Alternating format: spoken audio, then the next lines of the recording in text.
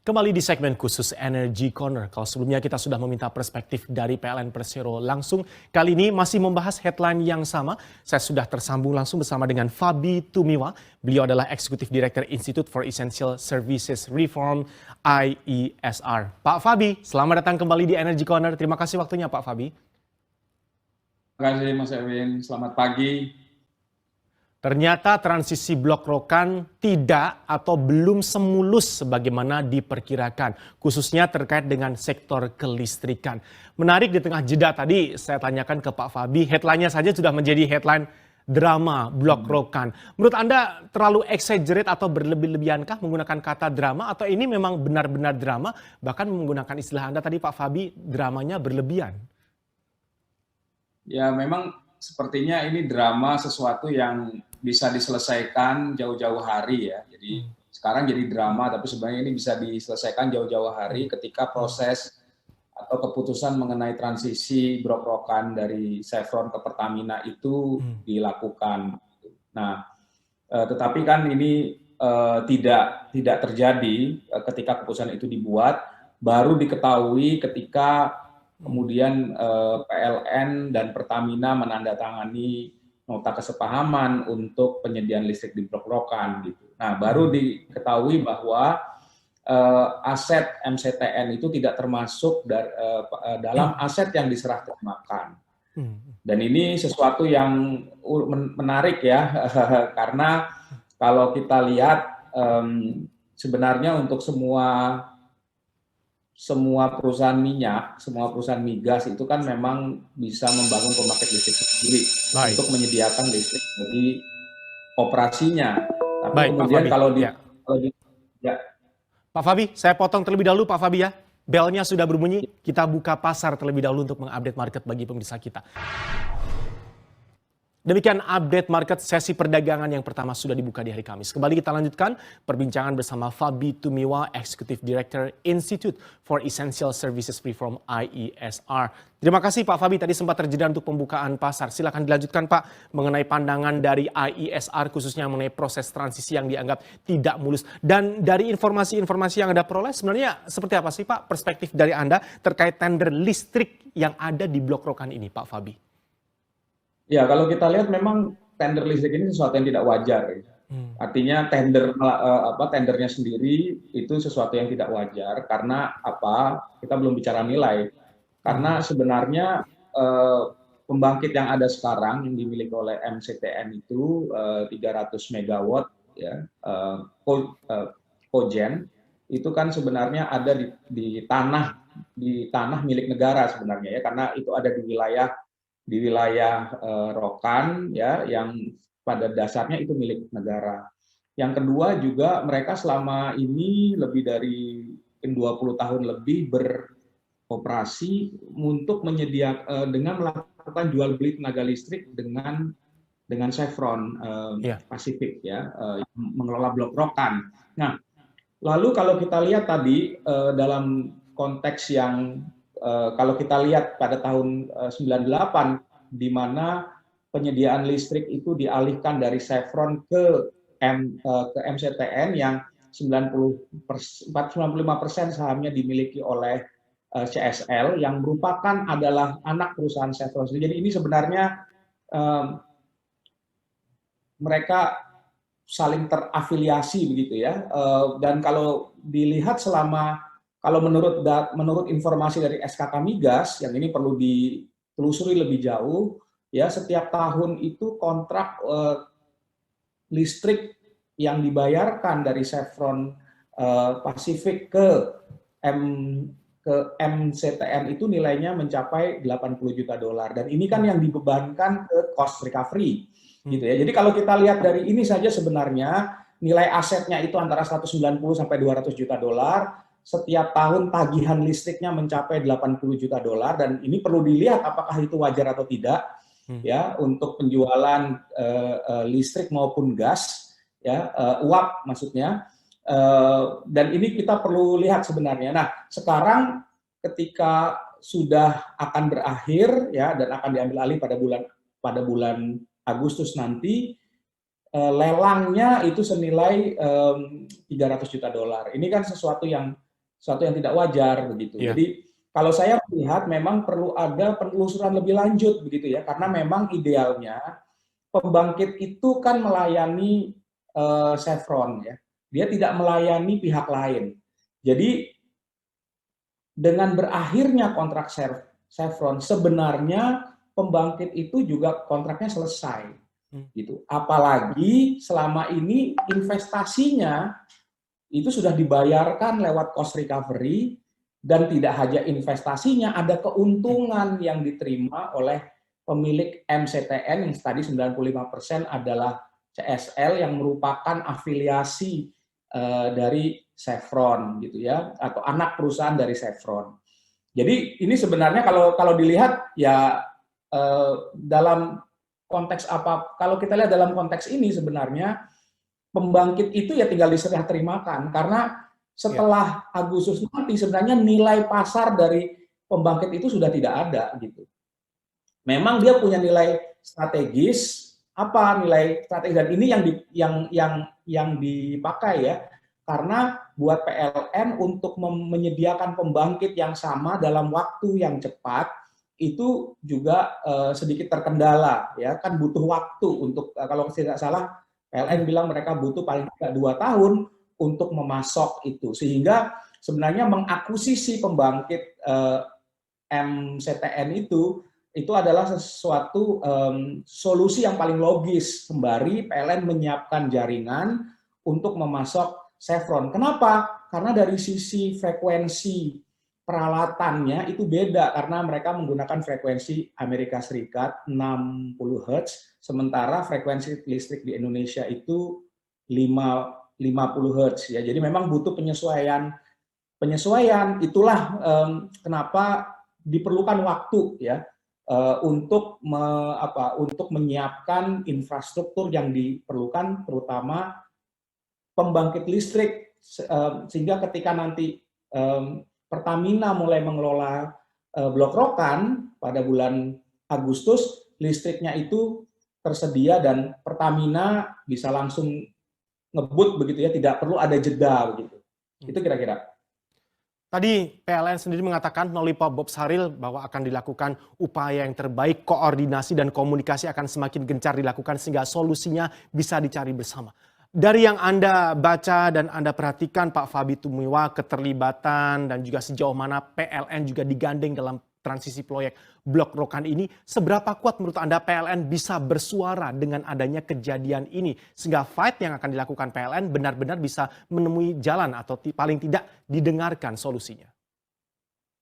Ya, saya kira dari sisi PL ini kan kerjasama antara PLN dan Pertamina, dan kita tahu Blok Rokan itu cukup strategis ya dalam arti penyediaan minyak kita ke depan itu, apalagi tadi disampaikan untuk salah satu upaya untuk mencapai target 1 juta barrel oil per hari 2030, peran dari Blok Rokan itu sangat besar karena dia masih jadi salah satu cadangan yang terbesar di Indonesia. Nah, dan kalau dilihat PLN itu kan adalah pemegang izin usaha penyiaran tenaga listrik BUMN yang paling besar saat ini di Indonesia ya, dan kalau kita lihat industri migas yang kemudian juga masih dikelola atau diatur dikuasai oleh negara ya, maka sebenarnya pengaturan ini juga menjadi tanggung jawab dari negara. Nah, saya kira pemerintah juga perlu turun tangan ya di dalam hal ini, paling tidak bisa menggunakan jalur-jalur yang non tradisional ya, karena Chevron ini adalah perusahaan Amerika Serikat, juga bisa untuk melakukan diplomasi dengan Chevron, karena idealnya PLN itu tidak membayar aset yang 300 juta dolar ini gitu, karena akan merugikan PLN, dan ini kita juga bisa jadi nanti ada konsekuensi hukum ya. Kalau misalnya timbul interpretasi bahwa PLN membeli barang ya yang seharusnya tidak dibeli. Karena apa? Karena ada misalnya kelalaian dalam aset MCTN ini yang ternyata tidak masuk sebagai aset yang dikembalikan oleh mereka ketika kontrak Blok Rokan itu selesai. Ini kan persoalan lama karena ini sudah terjadi tahun 1998 dan sepertinya lolos dari pengawasan gitu ya. Tetapi kita tahu tadi terjadi pembayaran yang terus-menerus setiap tahun ditagihkan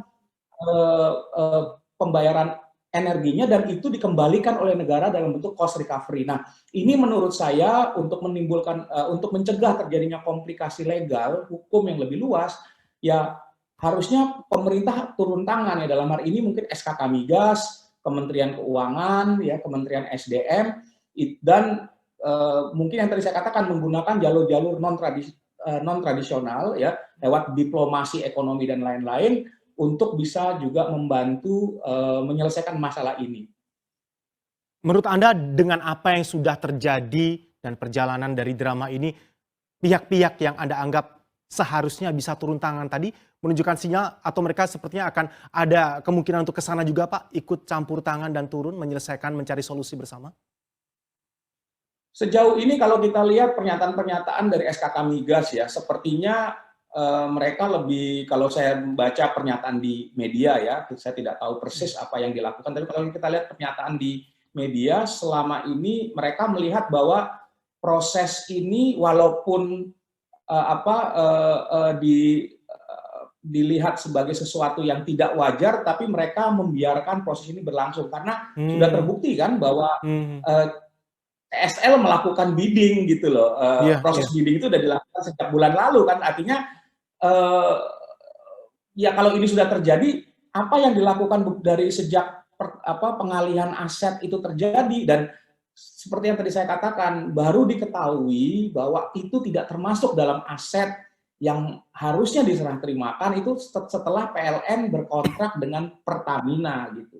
Nah, saya sih belum, kalau secara di permukaan saya belum melihat ada upaya-upaya itu, dan saya harapkan seiring dengan berjalannya waktu dan tenggat waktu untuk pengalihan itu semakin dekat ya pada bulan Agustus nanti, kita harapkan memang ada upaya-upaya yang lebih intensif gitu. Kalau saya melihat supaya ya sekali lagi negara tidak dirugikan. Kita ini udah dikadalin bertahun-tahun ya dengan yang tadi saya katakan membayar energi yang sangat mahal ya, $80 juta menurut SKK Migas, bukan kata saya, kata SKK Migas, $80 juta per tahun itu ditagihkan ke negara dalam bentuk cost recovery. Sekarang disuruh bayar $300 juta untuk ngambil barang yang sebenarnya value-nya udah nggak ada. Karena apa? Begitu dia kontrak itu berakhir, dia udah nggak bisa jualan listrik, si MCTN ini udah nggak bisa jualan listrik ke Pertamina. Kenapa? Karena syarat untuk bisa menjual listrik adalah menurut undang-undang dia harus memiliki wilayah usaha dan dia harus memiliki izin usaha penyediaan tenaga listrik. Yang dua-duanya MCTN itu saat ini tidak punya gitu. Yang punya wilayah usaha itu kan PLN.